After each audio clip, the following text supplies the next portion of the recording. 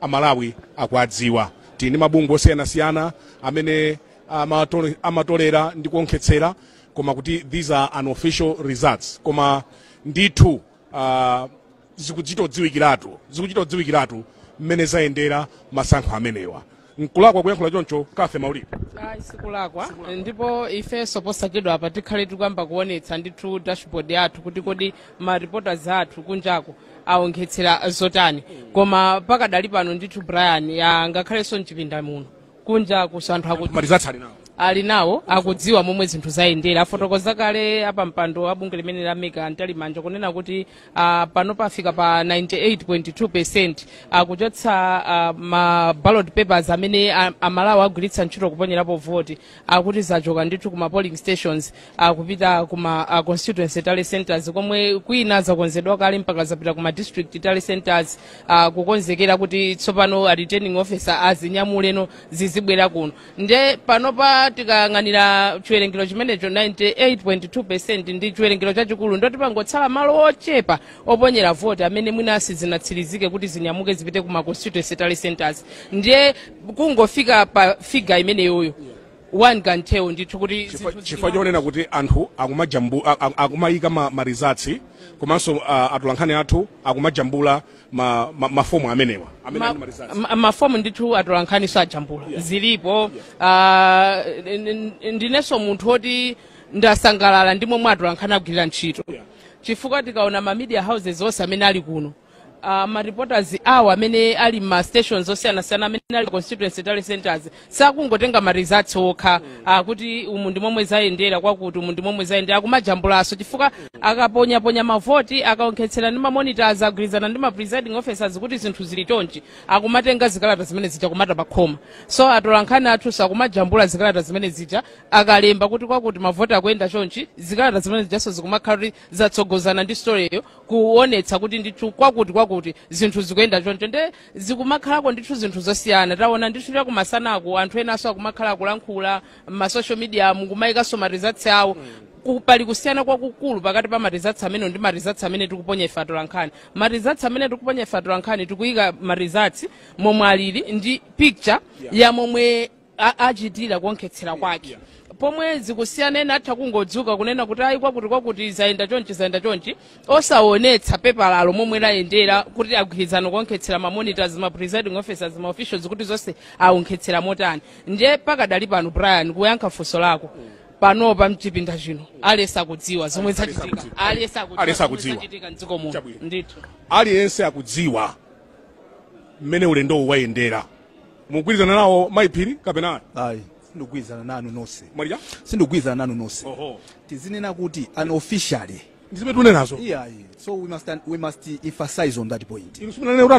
Unofficial chifukwa zotsatira zenizeni zachisankho takhala tikunena kwambira dzulo masana alengeza ameki ngakhale mchipinda muno mwina poti sitinafike kukamba nkhani yoti tichite summarize momwe yayendera press conference koma mukabwera kuzandifunsa nkhani imeneyo ndifotokozanso chifukwa muno wina alese ngakhale kunja ku Malawi wina alese akudziwa kuti zotsatira zachisankho sizinalengezedwe zonse zomwe tikuulutsa zonse zomwe tikuponya ngati fe atolankhani ndi unofficial results. Koma ndikunenera kuti unofficial result imeneyoyo imakhala tipereka chithunzithunzi ya momwe outcome ya chisankho ingaonekere.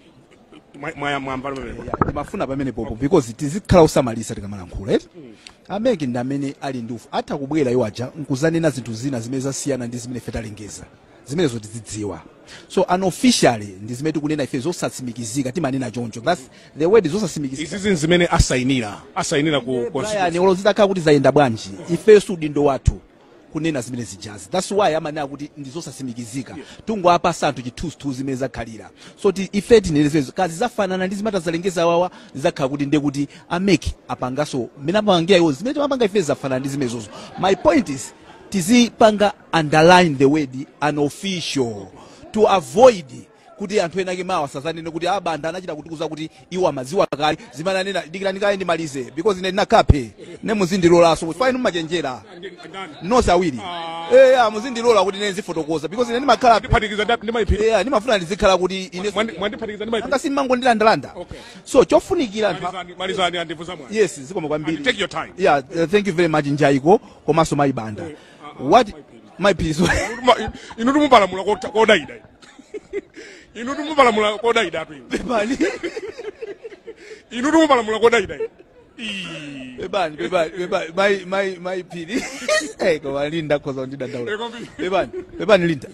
So my point was, man official results and hawadziwa.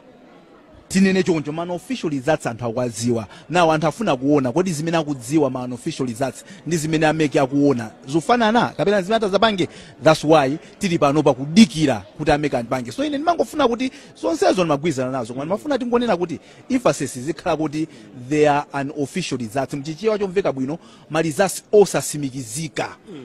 Why do we say that? Chifukwa chokuti ndi ameke okhamena mabwera ndizosimikizika. So ina ni event kuti kazina zake zasinta munthu sungazanene kuti ine koma pawaile sinimamva zakuti azakuuzana kuti yayi zimenezo zosasimikizika iniyo mu challenge zimene tikunena ife ameke kapena mugwirizane ndi zimene tikunena ife ameke osati zimene munazimva kwina kuli konse. So wherever you hear them muzitengebe kuti zimenezo zosasimikizika kufikira ameke atanena zosimikizikazo basi.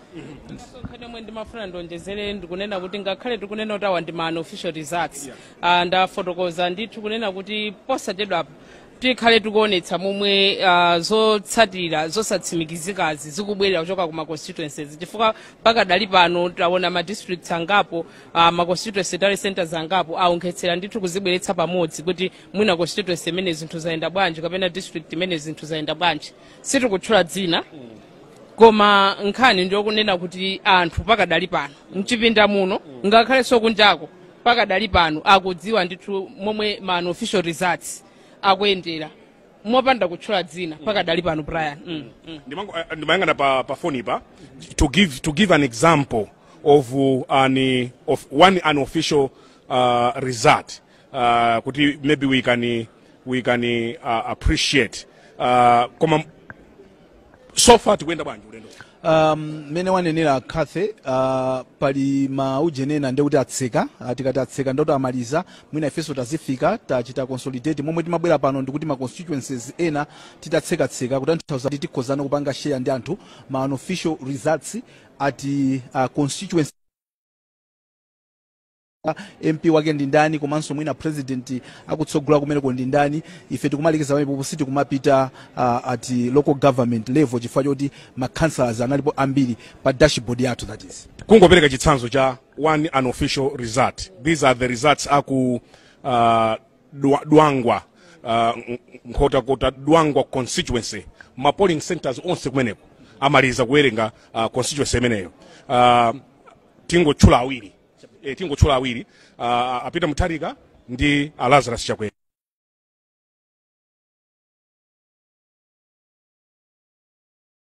Centers apita Mutharika 10,108 unofficial results. 10,118 an example of an unofficial result in a constituency atamaliza one constituency.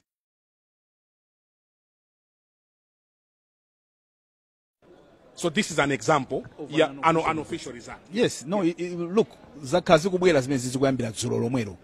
Atangotseka maujena jet mapoza amene anamaliza 4 o'clock tinayamba kumanena ma results amene amabwera mukumbukire kuti nzere wina uliwonse amautenga kuti ndi ujeni ndi station ndipo makhala presiding officer wa nzere uliwonse ndipo yamba timawerengera mizere ija nkumanena kuti pa center yakuti nzere wakuti pano patambano kumafikano kuti tatsekano constituency ngata papa nde kuti ndi maujeni onse mu constituency mujamo nde kuti imeneyo ikuyimira pa constituency kuti atsekano amaliza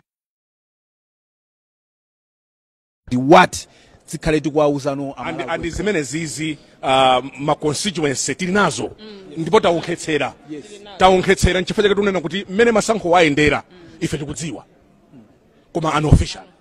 Muli ndiye example ina ya unofficial ndithudi apa ndimafuna ndineneko ma results amene yakuchoka kuna Nkhaka constituency kuno kulilongwe. Okay.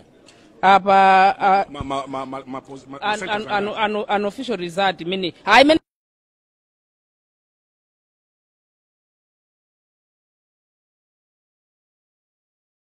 7,014. Okay. 7,040 ndingopita poti list ndiyayitali ma candidates tingotchula awiriwo. Pomwe Arthur Peter Muthalika a DPP apeza mavoti okwana 9,135.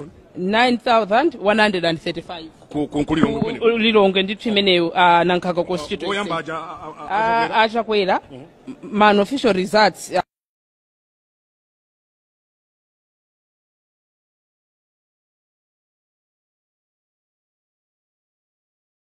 135. Ndithu komanso paliso mano official results ambiri kuchoka mboma la Nchewu kumene konso ngapo ndangochita sample ma constituencies 5 amene aperekedwa kale ndi ma reporters athu. Mwina musachita kupita kuti tipite imodzi onse 5 koma ndimachita analyze osewa. Kunchewu kumene koma constituencies 5 amene wakukoneka kuti apita Muthalika ndi amene akutsogola ma constituencies 5. Akabambe ali pa number 2 ma constituencies 5 amenewa ndipo Chakwera ali pa number 3.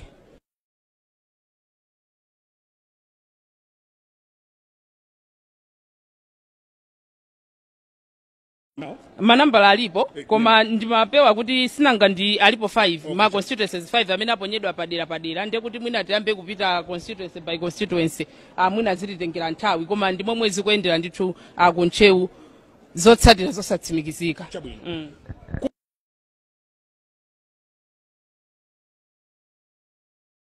Mera anthu ali ndi idea. This is exactly what we are talking about. Muyimaliza bwanje nkhani ujene alembi. Okay. So teach the break bangono tibwereranso you're watching Malawi Decides. Malawi adapita ukaponya voti dzulo. Ndipo adatuluka maunyinji. Anthu aponya voti inenso ndaponya voti chaka changa ndichi. Tichite break. Iyayi nanga si inu musayambe. Mwaona manena kuti mayamba ndiyamba ndi. So tichite break pang'ono. We have more conversation and more results